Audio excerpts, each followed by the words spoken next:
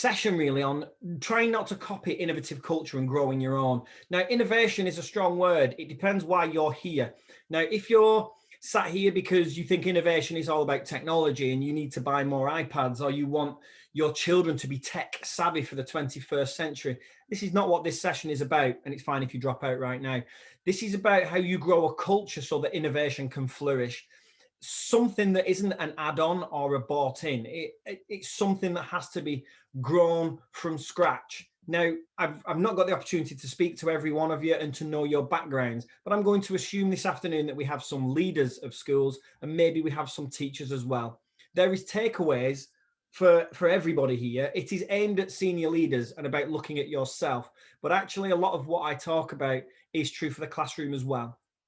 So apologies as you hear me click through, but I'm just going to start with a bit of context really. So that was me in 2012. I was old, disheveled. My hair had all fallen out because I was starting headship at the tender age of 32, and that's what it did to me. But look at me now. My hair's grown back. I look positively glowing. And this is proof really that if you can get things right in your school, it can actually take years off you, this career. Don't listen to anybody that says that this is hard work or it puts years on you. It actually doesn't. Once you get it right, once you've got the culture right, you actually will end up looking even better than you did when you came into senior leadership. That's the plan anyway. This is Tottington Primary School. A lot of my reflections this afternoon are about this building. An incredible school in the Northwest. I mean, hopefully you all think that of your own schools. I'll talk about its journey in a minute, but it wasn't in a great state when I first arrived. And the journey has been all about culture and ethos. And that's what I'll be talking about this afternoon. Innovation, absolutely, but that only comes as a byproduct. My second school now is Bowness Primary School in Bolton. So there's one in Bury and one in Bolton. I'm executive head teacher over two. Different contexts, differing challenges, but the same thing that I will talk about this afternoon remains the same. You will not get change, whether you want innovation, whether you want good standards, whether you want high quality CPD, high quality teaching. Those things will not happen unless you get some of the basics in line, culture and ethos. I apologize, I'm going to repeat myself a lot this afternoon in this. Tottington's journey, really, the top school, was all about it being in pursuit of excellence. And when we felt that we'd had enough from the local authority and we were pushing the boundaries of what they could offer, we decided to move on and join a multi-academy trust, an pre-existing multi-academy trust called Prestoley. Forward thinking, incredibly well led, and incredibly well emotionally intelligent, which is hard enough in a classroom. It's very difficult as a leader, but to get a group of schools that are emotionally intelligent is almost impossible. And I feel very lucky really to be working in such a group of schools with Prestoley. So that's the journey. I'm just going to outline the session this morning before I go into what it is that journey was all about. David's just explained that, but I want to just put a bit of context into each one of these and how it fits with growing an innovative culture. So he's all right. The first thing I'm going to talk about in a minute is what matters more than the policies you implement is the person that you are and how people view you. The second thing that I'll talk about before the break is about being the best version of yourself, and that's you as a leader, but also getting that out of your staff as well. And if you're just a teacher, then actually, how can you do that with your children? There'll be a break in the middle for me to catch my breath and for you to have a rest of my northern accent. Actually, I don't know where Alicia's from. Maybe she's northern as well. I don't know. You'll have 15 minutes about Rocket Learn. And then we'll go back into the session looking at how do you support your staff to take risks? How do you support them to innovate? Well, actually, you wrap them in bubble wrap, not physically. I think that's illegal. But I'll talk about how you can emotionally wrap people together. And finally, we're going to reflect on the discussions we've had this afternoon. It's a funny discussion. I'm just going to talk at you and you're going to type probably twice, but you understand what I mean. We will talk about, actually, there's one thing that overarches every little nugget that might be in here this afternoon that I think is most important. A quick side, if my camera starts to wobble, it's because I'm on my son's bed and I do get very passionate when I'm talking. So if the camera wobbles, just bear with us. All right. This is brief. I've called it the boring bit because this is not about you. It's not about moving forward. It's about history. But I need to give you some, I guess, background as to what is potentially possible if you get this right. And I feel Tottington Primary School got it right at an early stage, and we went from requiring improvement to good with outstanding features. The outstanding features that we got was about the behaviour and the well-being of staff and children. I mean, if you want any outstanding in those early days of your trajectory, you want that in the well-being of children and staff. And the school had been satisfactory and then RI for 15 years. Within 19 months, we got it to good with outstanding because of its culture, because of the culture change and the ethos that we were trying to build. Did I change staff? No, I built it with the staff that's there. So if you feel that the only way to change your current setting is to out with the old and in with the new, you're absolutely wrong. It's reshaping your culture, and that's what we're going to dig into this afternoon. Local authority tables weren't great. There's 65 primary schools in Bury. We were 37th in 2012 when I arrived. And we were in, the trajectory was the wrong way. We've been top of those league tables now for the last 4 years. Our data, I think it's DFE next, our data is in the top 5% nationally for state maintained schools. We're an academy now, but it was back then. And the popularity grew. I'm going to talk in a bit about how do you change that, how you are viewed, because actually culture is one thing, doing it internally is one thing, but you need to show that externally, because what people say about you and your setting is just as important as what you're actually doing. It seemed to work for us. Within 6 years, we added 46 children on roll. We have capacity for 315, so we are oversubscribed. Every year we have a 45 intake in reception. There's 45 places. We have about 130 applications. This is from a school that was 37th, satisfactory and worse, and not full. We're also a resource provision for physically disabled children. So we have space for 10 children who have physical needs. I'm putting that in there to show that the context is not straightforward. It feels leafy and suburb. There is such a thing on the outskirts of Manchester. And they're very, very nice places, but we have a challenging element to our context, which is diverse needs and trying to make sure that these children are in the classrooms all the time. And actually our free school meals, which is a deprivation indicator really, doubled within these 6 years. So it wasn't like our children were getting any better, our context was getting any stronger. In fact, the local conditions in which Tottington were in seemed to be slipping. So if you look at all that context, yet you can phoenix from the flames is probably the best way to say it, then you know you're onto something good. The best way I can describe it is when I started at Tottington, local families, you want to be the school of choice for the local families. They walked past the school gates to get to the schools of choice. Absolutely heartbreaking. Now they're running from the hills to be part of what we're doing here. And that's what we'll talk about this afternoon. That's the end of that. I won't talk about myself again, I promise. But it was because of an innovative culture, and that's hopefully why you're here today. You will know this already. If you're running a great school, people start to hear these things, don't they? And they start to want to know, well, what's going on over there? What are they doing? And I started getting the phone calls and we started getting the emails. Well, can I borrow your policies? Because they seem to be working. Well, what's your curriculum like? You must have bought in schemes of work to get those standards. What training have you used? What preparation for tests do you do? Who have you changed in your leadership? Which teachers have you got rid of? Where do you get your new teachers from? What finances boost have you had so that you can get these results? And actually, you can kind of see the philosophy that's going to run through this afternoon. It's none of that. You cannot buy in success. Now, in preparation for this afternoon, I tried to put it in the best way possible, a flow chart of what actually it is. And it's very difficult, but I feel like I've got it down to the easiest thing that led to good results. And by results, I mean all results. I mean test results. I mean the standing in the community. I mean well-being results. I mean staff survey results. If you want the results, the positive results, this is what I think you need to do. You've got to get your culture and ethos right first. We'll dig into that this afternoon. If you get your culture and ethos right, you'll end up with happy teachers. If you have happy teachers, you will end up in your school building getting buy-in. Your teachers will start to innovate and they will start to take risks, but they won't do that unless they're happy, and you won't be happy unless your culture and ethos is right. Once you've got innovative and risk-taking teaching going on in your school, you'll end up with happy children. And happy children is where your results come. It is clear that children will not learn if they are fearful or if they are scared. It is clear that if children are not happy and love the building that they come to for 6 hours a day, they will not work hard for you. They won't put the extra mile in. I talk about it with the staff about running through brick walls. The children won't run through brick walls for their teachers. And you want that effort and you want that, but they'll only do it if they're happy. And all those things on that lead to that, and you will get the results.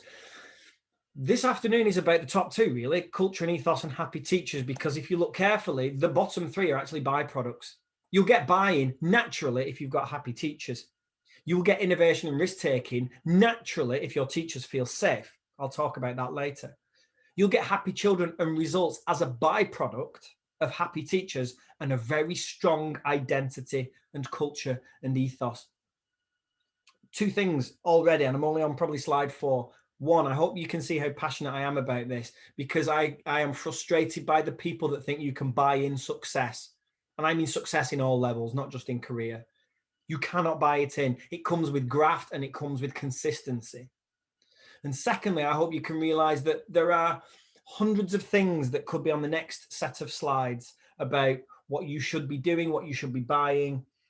I can't do that for you because culture and ethos is personal. I don't know the settings of the schools. I can't even see your faces.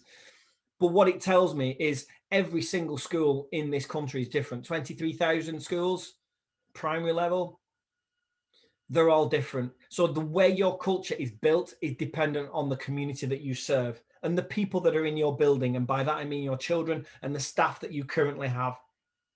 Hopefully you're already starting to think and reflect, right, if I want the absolute best for my children, have I got the right staff? I can't answer that, but I know the answer is yes. I'm going to coach you, hopefully in a couple of slides time, to discuss with your staff, to get them to reconnect with their core values, because you don't need to change the things you have to get this right. You have to change what you are and what you believe in. Possibly. You might already have this nailed, by the way. This is not teaching Granny to suck eggs. This is my journey, my philosophy, and what works for us. But hopefully, if you can take one nugget from today, then we've all done our job of nudging education in the right direction. All right, so I think that's pretty clear. That's the reason why you've got to grow your own, which is why it's so important, the title of this afternoon. Okay, so session 1 was called He's All Right, He Is. It's a northern phrase. But at the tender age of 32, coming into headship, it's a large primary, is Tottington. You saw the number of children there. And it was also heavily overstaffed. I had 70 staff when I started. Now, there was one thing, no matter what my career had given me, there was one thing that I wanted staff to say within those first couple of months. And that's the northern phrase, he's all right, he is. And that's all I wanted. And I know that sounds silly, but I actually, in my career, I've had head teachers. I had a head teacher who was one of my head teachers who said in a staff meeting once in front of their staff, I'm not here to be liked. And actually that stuck with me as a phrase, not because I was shocked by it, but because I thought that's how you had to behave when you were a head, when you were a senior leader, that actually, I'm not here to make friends. I'm here to do this, or I'm here to make that happen. But actually, when I started to reflect on that through my deputy headship, I thought, all right, well, if you're not here to make friends, how do you get people to run through brick walls for you then? Because actually people have to like you to do what, to really commit, don't they? Now, I'm not saying I want best friends in my senior leadership team. I don't want lifelong partners through the staff team. But what I want is for people to see who I am and to think, do you know what? He's all right. He's worth running through a brick wall for. And my senior leadership team are worth running through brick walls for. If you're just a teacher on this session this afternoon, is that how your children view you? Are you all right? Because my teacher version of that phrase that I heard when I was in middle leadership, I'm not here to make friends. The teacher version is don't smile till Christmas. When I was an NQT, I was told as a newly qualified teacher, right, this is your first class. The only advice I can give you, Stephen, is don't smile till Christmas. Don't show your weak side. Like happiness was a weakness. Like having fun was not allowed because we had teaching to do. I've made it quite clear in that first slide. Only happy children learn, and only happy children who feel safe are going to do that for you. So not smiling till Christmas, I will get compliance, yes, But will I get high standards? Will I get what I want out of this career? Absolutely not. So who you are and what you want to be is essential in order to really to start to change your culture. And if you are in senior leadership, yeah, it is about you. If you're a head teacher, my next slide might offend you a little bit, and it's this one. I had to realize quite quickly.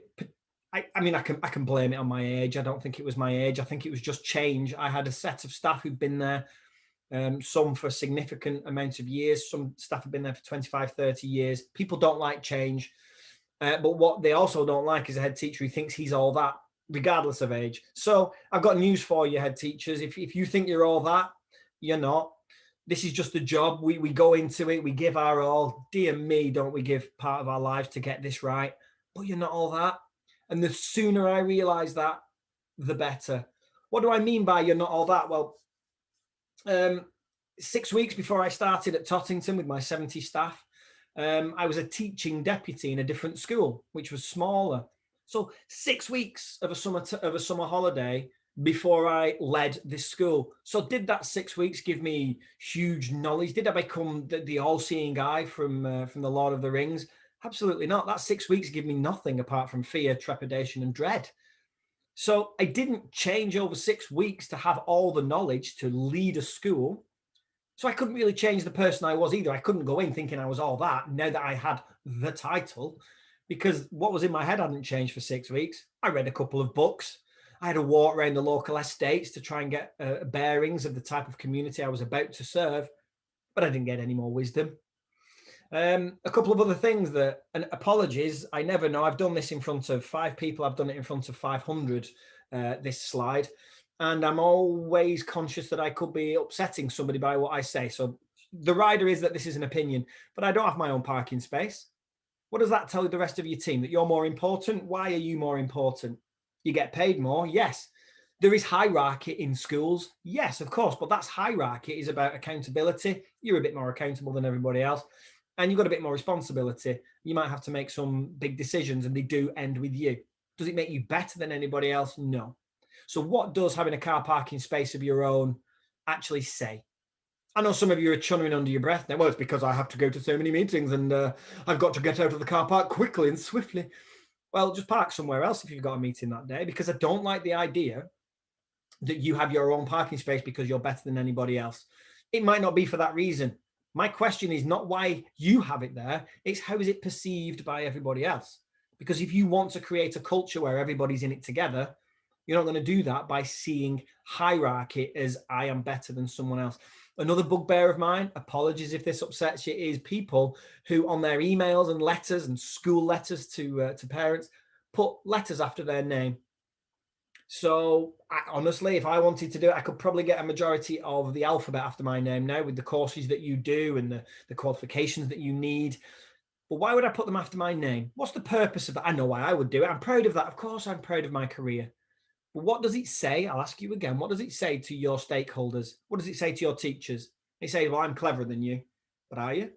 It'll say to your parents, I'm cleverer than you. I know more than you. I look down on you. I'm the all-seeing eye. You must not question what I do. I don't know if that's the right thing that leaders should be portraying, that I have letters after my name, therefore I am clever. Let's be honest, if you're in that role and you've worked your way up, blood, sweat and tears to be a head teacher, it's a given, isn't it? That you're intelligent enough. It's a given that you're prepared to, to go the extra mile. Do you need letters after your name to prove that? Absolutely not. My final one is one that was in school in my career, is the head teacher had their own chair in the staff room. And yes, it was the most comfortable one and the biggest one and the one with the best view out of the window. What is that saying to your staff? Who matters more? Because actually, are you not a servant to your people? Are you not the servant to the staff and the children and the communities that you serve? Or are you there for the perks? Because let's be honest, there's not that many perks anyway. I want you to reflect. I'm doing this with a heavy tongue in cheek, but I want you to think, actually, you're not all that. And if you've got certain things, like I've just mentioned, a few examples, how does that make other people see you? And is that a positive for the culture that you're trying to portray? If you want to talk about collaboration and in it together, is it right that you still get the best parking space? I don't know. I'll let you consider that one. All right. I'm going to move on now about if you want to portray this message, then how do you do it? And the 3 very simple steps after this video. Videos are notoriously difficult on Zoom. I wanted to jump straight into that because it's a clip from Blackadder. Hopefully you heard it, even if you didn't see it. The joke that the senior leadership of World War One, Sergeant Melchett in that example there, hopefully you know the clip. We're about 35 miles behind the honest Tommy that was going over the top, being made to walk over the tops. So I ask you to reflect on your leadership in these two clips, that being the first one. What type of leader do you want to be? Do you want to be the Sergeant Melchett, who is 35 miles behind the action, safe in the leadership bunker, that will send policies forward to the front line from the lofty heights of the leadership office? My suggestion would be that if you're too far away from the front line, you won't know what's going on there. You won't know how your policies land, how your decisions are taken. You won't know how people are feeling. I felt at the start of my leadership time that I didn't want to be so far away from the front line that I didn't know what was going on.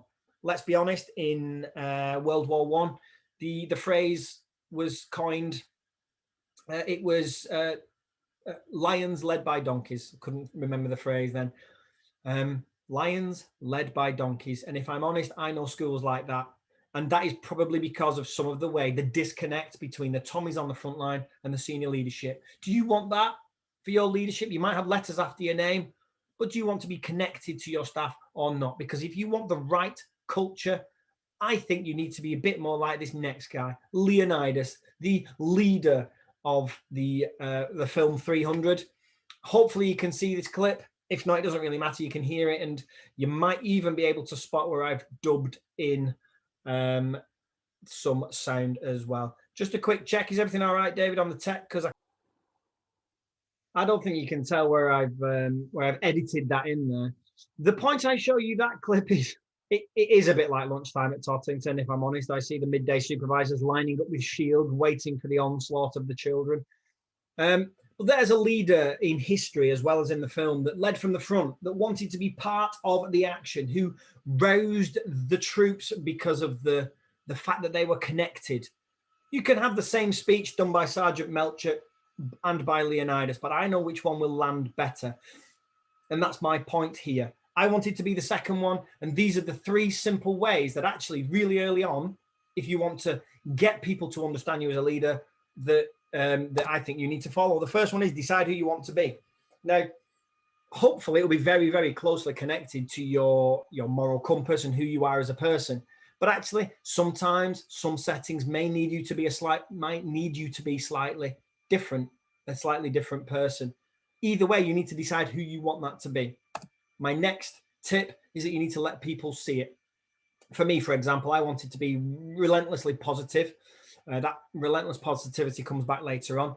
I wanted to always be honest, and I wanted the staff to see that every single decision I make was for the children. So those were my kind of core values, I guess. But then I had to let people see it, and you have to live and breathe the person that you've decided to be day in, day out, relentlessly. We'll talk about how to do that later. And the final one is stick to it. Because if you're going to show people who you are as a leader and what you want to be as a leader, well, firstly, people copy you, don't they? Children do if you're a teacher. Staff do. You set the mood, you set the tone. And you've got to stick to that, because the worst possible thing that a leader can do is to be inconsistent. Because as soon as somebody is inconsistent, people will spot gaps. They won't know whether to trust you or not. And then you don't get the buy-in that you're expecting. So if you do want to create an innovative culture, if you want to change the school for the better, decide who you want to be, let your people see it, whether that be parents, staff, children, and then please stick to it. Do not be inconsistent. The next video that's going to start after this is a risk, because it's about 2 minutes long. And usually if I was doing this in a room full of people, I wish I was with you guys, I would talk over the top of this video. I've chosen not to do that through Zoom, but I want you to realize that in between each section of the video, there'll be a black pause, and then there'll be a next part of the same video. And I'm going to talk through each one of those sections. I know what you're going to think. You're going to look at the video and you're going to think, Right. What's this got to do with leadership? What's this got to do with improving things in a school? How did this video help Tottington Primary School be at the forefront of education? Bear with me, stick with it, and just enjoy.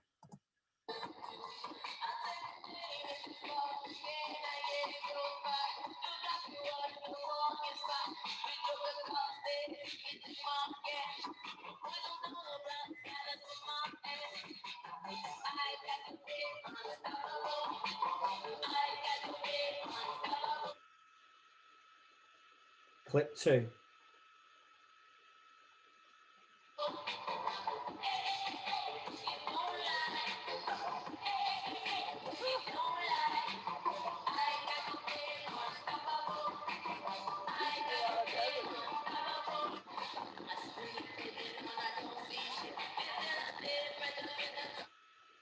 Clip 3.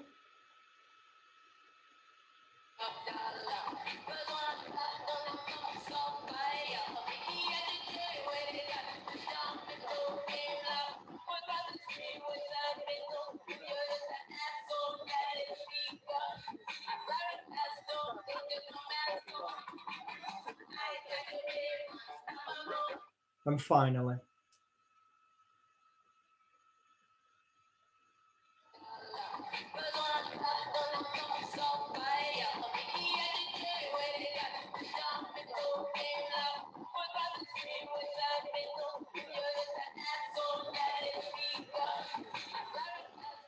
Yeah, I know what you're thinking. What on earth has that got to do with school leadership? Let me talk through the philosophy that this video tells me and how it's kind of reflects the growth in a high quality and efficient school leadership system. So you got this guy.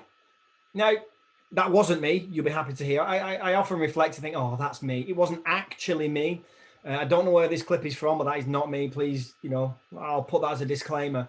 But this is one guy doing a dance on his own. Is he bothered about what anybody else thinks? Absolutely not. We won't get into why he doesn't bother. But he's doing his dance and he's doing it because he loves it. And honestly, he knows it's right. That honestly was me at the start of my headship. Dancing the dance that nobody else was dancing. But actually, I was doing it on my own. And that's a very lonely place to be. But as the clip develops, you get this guy. Now, for me, this guy was Marcus Elder. He was my deputy head in my first headship. And actually, you need someone else to do that dance with you. You can't dance forever on your own like this. You cannot have a new philosophy, a new idea, a new identity, but just be the lone person dancing on your own. Marcus had to be taught the dance. I'll be honest with you. It wasn't natural to him.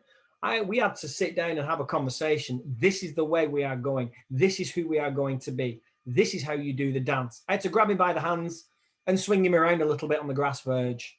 But actually, once Marcus was on board and we danced and we didn't care what people said and we carried on dancing no matter what people were saying, you then got this, the early adopters.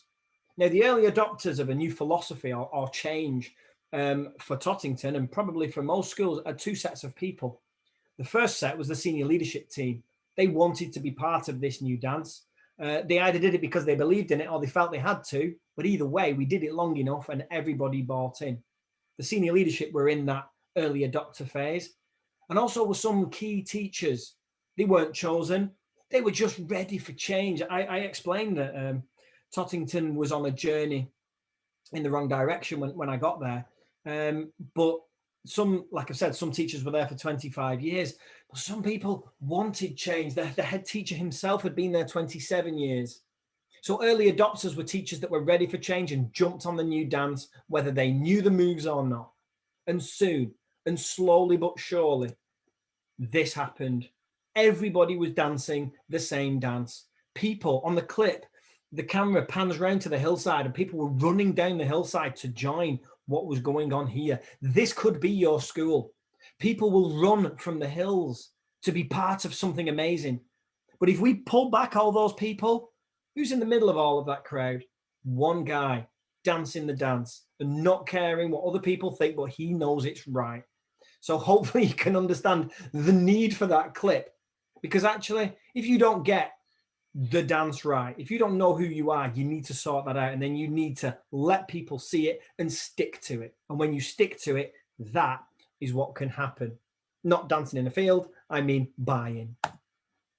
All right, I'm going to do this at the end of every section. I'm looking at the time, we're 35 minutes in. At the end of every section, I'm just going to do a word cloud of all the words and phrases that kind of built up the conversation over the last 30 minutes. So there they are on screen, just for you to have a quick look at. You'll see in there actually that buzzing is in there. That was a phrase I chose not to use in this training because I don't know where you're all from. The last time I did this, it was a set of northern schools, so we could talk about being buzzing. I won't talk about that today. All right. A quite close second in the most important thing when creating a new culture or driving your school forward to get innovation and change, which is hopefully why you're here, is the self-reflection. Now, this section is tough because actually I'm going to explain quite a lot of the things, the methods that I did with the staff team. Like I said, it was 70 strong, but actually we had to do a lot of reflection and decision as to why we're here and why we do what we do. So I'm going to share what I did with staff, but actually in these next couple of slides, I would urge you to think about yourself. Ask yourself the questions that I ask my staff. And you've got to be honest, there's going to be some soul searching here. I'm not going to make you put it online. I'm definitely not going to make you come off mute and tell the group, but I want you to reflect personally, because you have to be the best version of yourself. Our children and our staff, if you're a senior leader, they deserve nothing less. But actually, this is all about positive choices. I'm going to talk about a guy called Damian Hughes here. A couple of his books are on screen now. I'm pinching some of his thoughts and ideas. I'm not pinching them. I'm telling you that they're his, because actually, early on, reading these books and then actually meeting him and listening to him talk a couple of times, he made me realize one thing, actually, that actually positive choices are yours and nobody else's. And the ownership that you have to get across is quite clear with yourself and your teams.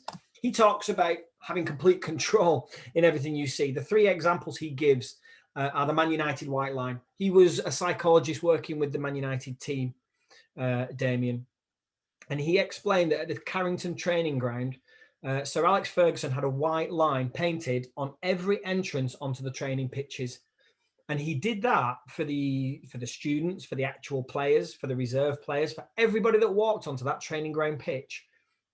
When you cross that white line, 100% effort is a non-negotiable.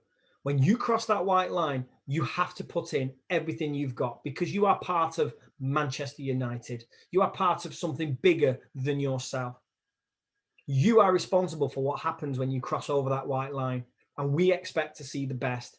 Now, that mantra and philosophy is one reason why there is a collective community in that football club. Whether you like football or not, whether you support them or not, it doesn't matter. Its success is obvious. And my colleague who was sat with me when we did this went straight back to his school, and he painted white lines on every entrance to his school with a disclaimer above it that said something like, when you cross this threshold, you are part of our family. We expect excellence, brilliance, happiness. But actually, people understanding what the non-negotiables are as you cross the threshold, actually, even just emotionally, that's strong, but physically, that's really powerful. I'll be honest with you, I haven't drawn white lines, but I have invisible white lines around the entrances to all the schools in the trust. And that is when you come onto these grounds, this is the expectation if you're a child. This is the expectation if you're a parent, a member of staff, a cleaner, the caretaker, the head teacher. You'll get nuances of some of those non-negotiables as we go through this. Your non-negotiables might be different. Positive choices. Chris Moyles. Damian talked about his friend who used to moan every morning when they got to work, and he said, it was when Chris Moyles was on Radio 1, on BBC Radio 1. Oh, Chris Moyles this morning was absolutely so annoying. He's just rude. He was really rude to the callers on the call. And the day after, oh, you'll never guess what Chris Moyles did today. He was trying to be funny, but he just wasn't funny.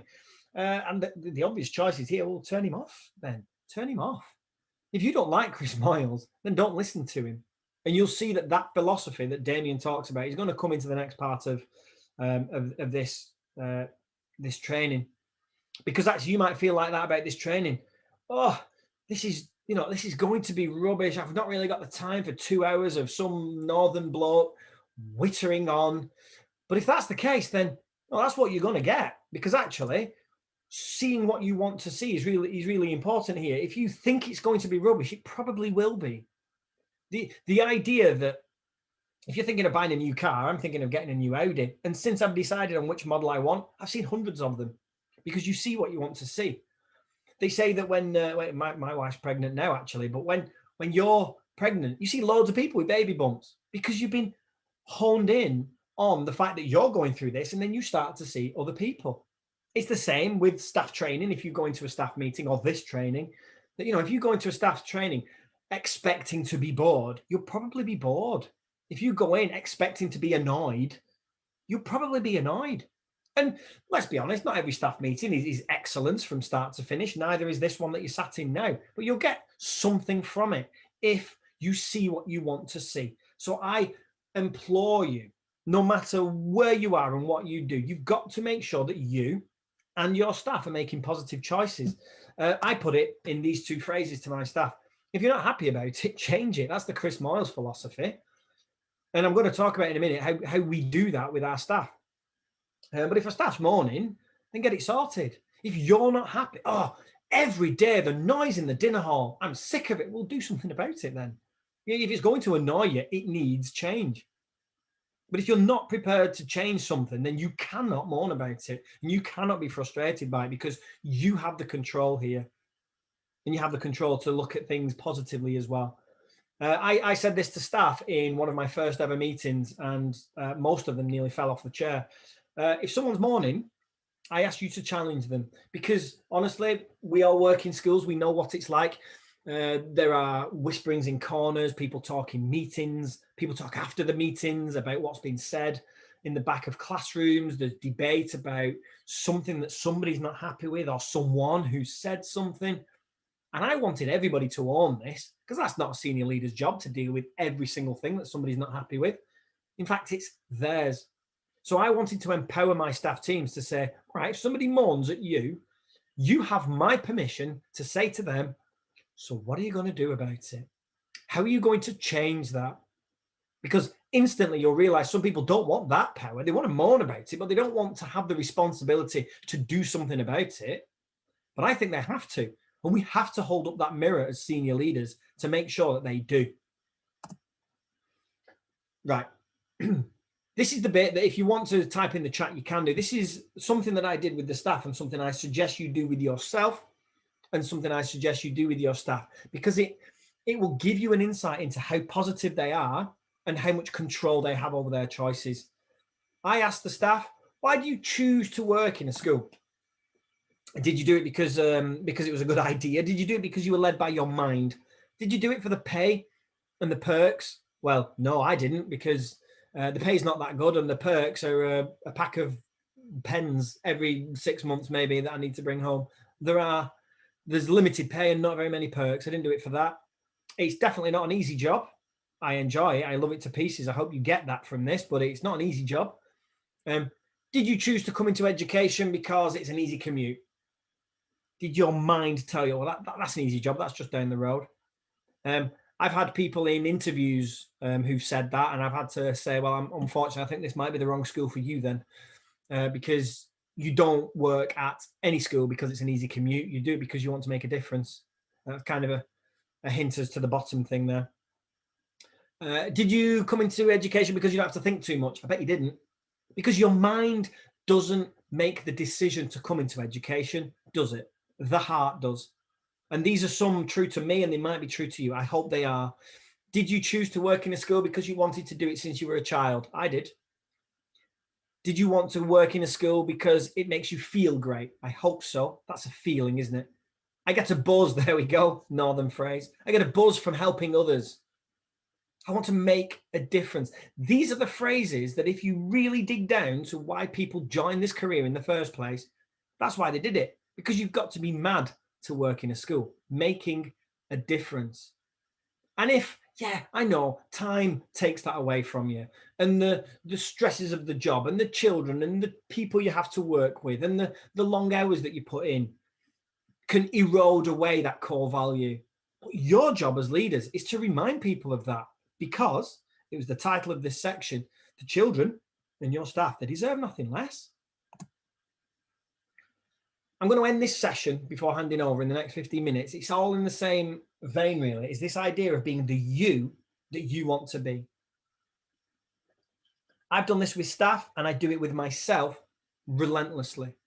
You need to know the you that you want to be. And you have to strive to be there. I did it with the staff by asking them to reconnect with an inspirational role model. I asked them, remember, I'm going to have to move your faces. Sorry, everyone. Remember a teacher who inspired you. And if you can remember a teacher that inspired you, what I said to David before, you could type this in the chat if you want. It'd be lovely to hear some names thrown out to prove that you can remember somebody from 10, 20, 30, 40, 50 years ago that had an impact on you as a child. Can you right now in this meeting remember a teacher that inspired you when you were younger and their name and what they looked like? I bet you can. And I ask you to ask your teachers the same. And what behaviors and traits made that person stick in your mind?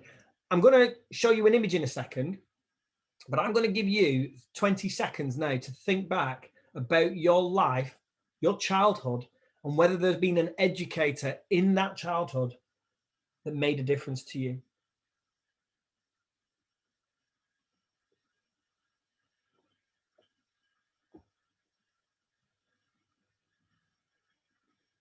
Thank you.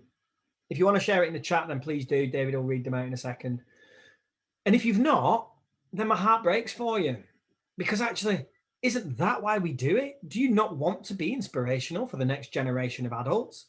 And if that didn't happen to you and you can't think of anybody today, or your staff can't, I can't think of anybody, is that all right? So if you didn't, then make sure you change that and make sure the children that we serve today get the opportunity to have someone that they remember. Look at this picture. This is Miss Tomlinson, and that's my class in the summer of 1989. I think it was 1990, but 1989 makes it sound older, when the sun always shone and life was a lot easier. That is actually my inspirational teacher. Does she know that? No. Have I told her? I've not had the opportunity to do so. But I got this picture out last night so I could share this idea with you. And the more I looked at it, well, firstly, I realized that she had a Mini, which I thought, oh, that's just fantastic. Of course she had a Mini, because she was cool as well. But look at Miss Tomlinson's face. Look at that smile. This was the last day of school. We were leaving to go to high school. And she was signing leavers books there. And she's smiling away. And do you know what's even more impressive? And I hadn't even reflected on this until I found the picture. Look at the children. It's like she's a pop star. They want her to write in her book. They're keen to know what she's writing. They're part of everything that she did. And we had 12 months of an incredible 1989 and 1990 with that woman, Miss Tomlinson. The chat flashed, David. Has anybody shared a name? Yes, they have, Stephen. So mine is Mr. Nelson, the most amazing geography teacher, who also kicked me in the head on during a football match, actually, a sixth formers versus student versus teachers game. But apart from that, he was brilliant. I don't think the feeling was mutual then, David. No, that's right. No, my grades were never high enough for him. But he was amazing. And so Livy has talked about Mr. Chivers, secondary school deputy head teacher. She also worked with later on, I think, at Amnesty International to help prisoners of conscience. Lindsay McKenna, this is quite funny. So she had quite a few in primary school, Mrs. Taylor and Miss Essens, but she also had one or two that she didn't like so much as well. And Nicola has said, Mrs. Burton, my year 6 teacher. So quite a few there. Oh, thank you so much, David. And I'm not going to ask you to put your ages in the chat, but what a memory. I mean, for me, this is a 31-year-old memory now. And if asked this question, you didn't know I was going to ask you that. You didn't have to go away and prep that question. It's there in your consciousness. So I ask you to do the same with your staff. You've done it with yourself now. You know, who is that inspirational role model? And what is it? What were the traits that they had? Now, traits are funny, aren't they? I mean, it's like anything over time, they almost become legend. And Miss Tomlinson for me now, especially now that I've seen that picture and she drives a Mini. I mean, she's just gone stratospheric for me now. But it's about, I remember that she always smiled, and that's not because the picture confirms that. I only found that last night. I remember her always smiling. I remember being happy. I don't remember doing a killer lesson on fractions. I don't remember how incredible she was at teaching poetry, because actually these are about feelings, aren't they? You connect with feelings. Your brain will remember feelings. If I ask you to do the opposite with some of those teachers that you remember for the wrong reasons, I'm not going to. And there's a reason, because this is about relentless positivity. Don't ask your staff to do that either. Why bring up negative memories of bad teaching when we've got such positive role models hanging around? But the same will be true of your negative role models. That they will be about the way they made you feel and what they made you do that made you feel a certain way. And we will never, ever allow that to happen with the children that we teach and the communities that we serve. That being said, you've got to ask yourself some difficult questions then, haven't you? Because it's easy. And honestly, I could do it for 2 or 3 hours. I would love to take you all off mute now and listen to everybody's reasons why they chose that teacher.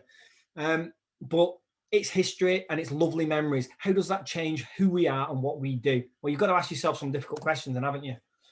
Think of yourself in the classroom then, or in a staff meeting if you don't teach anymore. Think about yourself in an SLT meeting at your very, very best. What 5 words would the children and staff say about you in that? I hope, for me, it's open, honest. I'd like them to think that I know what I'm talking about, but it's not essential. I want them to realize my initial core values that I talked about before, that every decision I make is for the children. But what 5 things would teachers and staff and children say about you? If you're doing this with your staff, ask them to think about what the children would say about them. And they've got to be honest about that. And here are the key questions, the soul searching. Are you like that to the children and staff that you come into contact with? Do you do that now? Because this is about when you're very, very best, but do you do it all the time? And do your staff and children deserve anything less? Don't get me wrong. I know it's difficult to be your best every single day. You don't have to do it day in, day out, every second. But when you are being viewed and when people can see you, you have to let them see who you are. You have to stick to it, because your children and staff deserve nothing less than the you that you want to be all the time.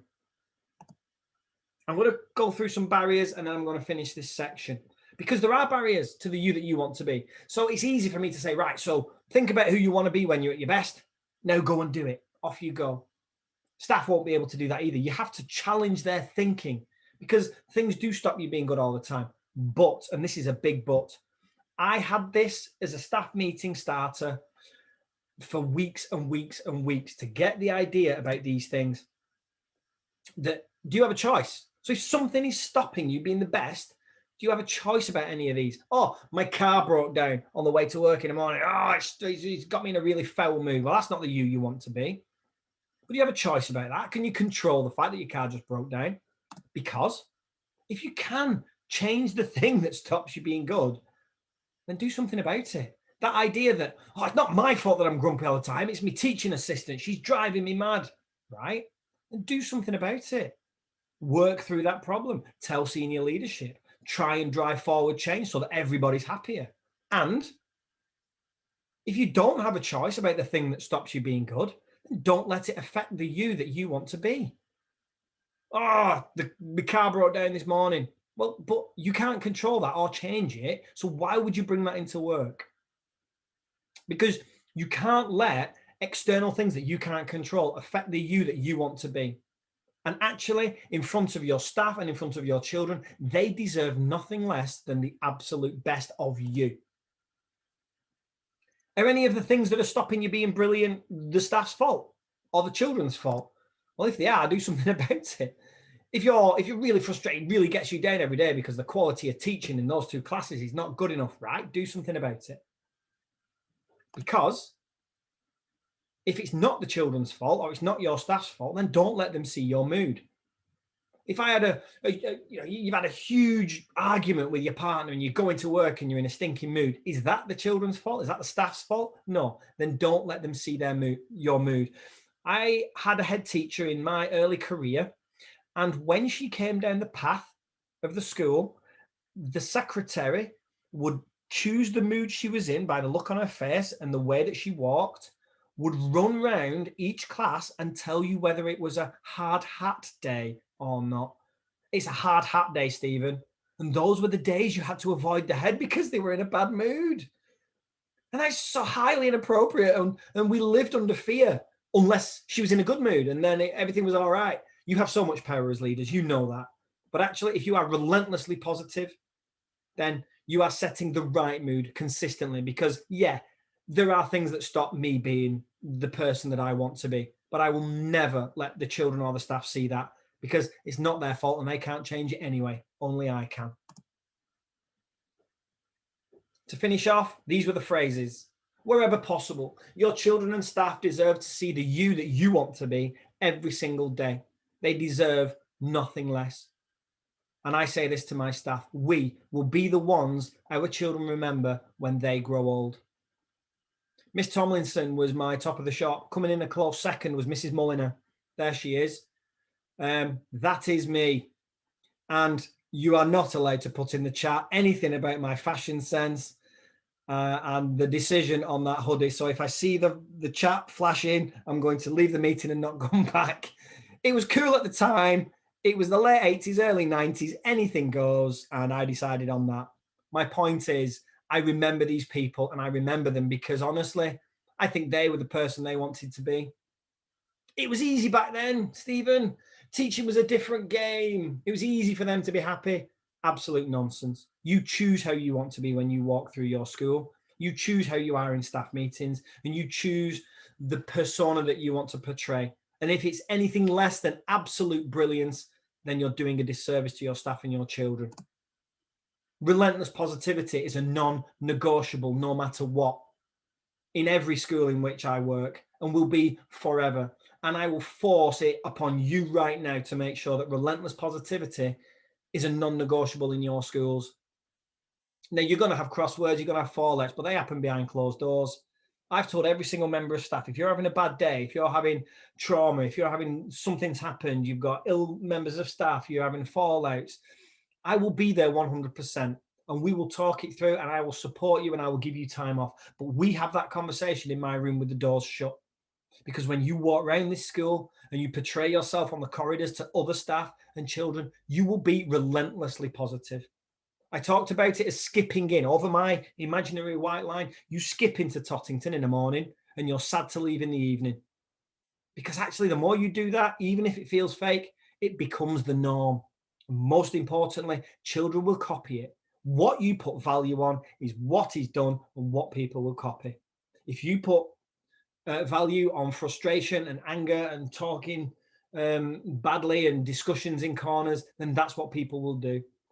If you challenge relentless positivity, and honestly, when people ask me, good morning, are you having a good day? Yes, thank you, it's fantastic, brilliant. And it became a joke at the beginning. Oh, how are you this morning, Mr. Holden? I'm buzzing. I can't wait for today. And they roll their eyes. Oh, God, it's exhausting. But if you do that for 6 months, everybody's at it, because they know they're not allowed to say anything else. If somebody asked me, are you having a good day, Mr. Holden? I went, oh, actually, no, I'm having a bit of a bummer. My car broke down on the way here, fell out with the missus. I've gone into my overdraft. Having a bit of a bummer, really. You've just left a member of staff going into a class full of children, not in the right mood. How you portray yourself will become the norm. We call this always aiming high. It's an expectation for everyone. It's aiming high in the person that you are. Yes, it's about standards and trying your best in your maths lesson, Billy, but it's an expectation for all. If we always aim high in every single thing we do, and it's relentless, then we have the right culture and ethos for absolute excellence. To finish this section, like I said I would do, here are some of the words that I've used. I bet buzzing's in there somewhere in the mood cloud. And handing over to David with probably 40 seconds to go, not like I've practiced this 1,000 times in the bedroom. We are bang on time. Handing over to you, David. That's absolutely fantastic.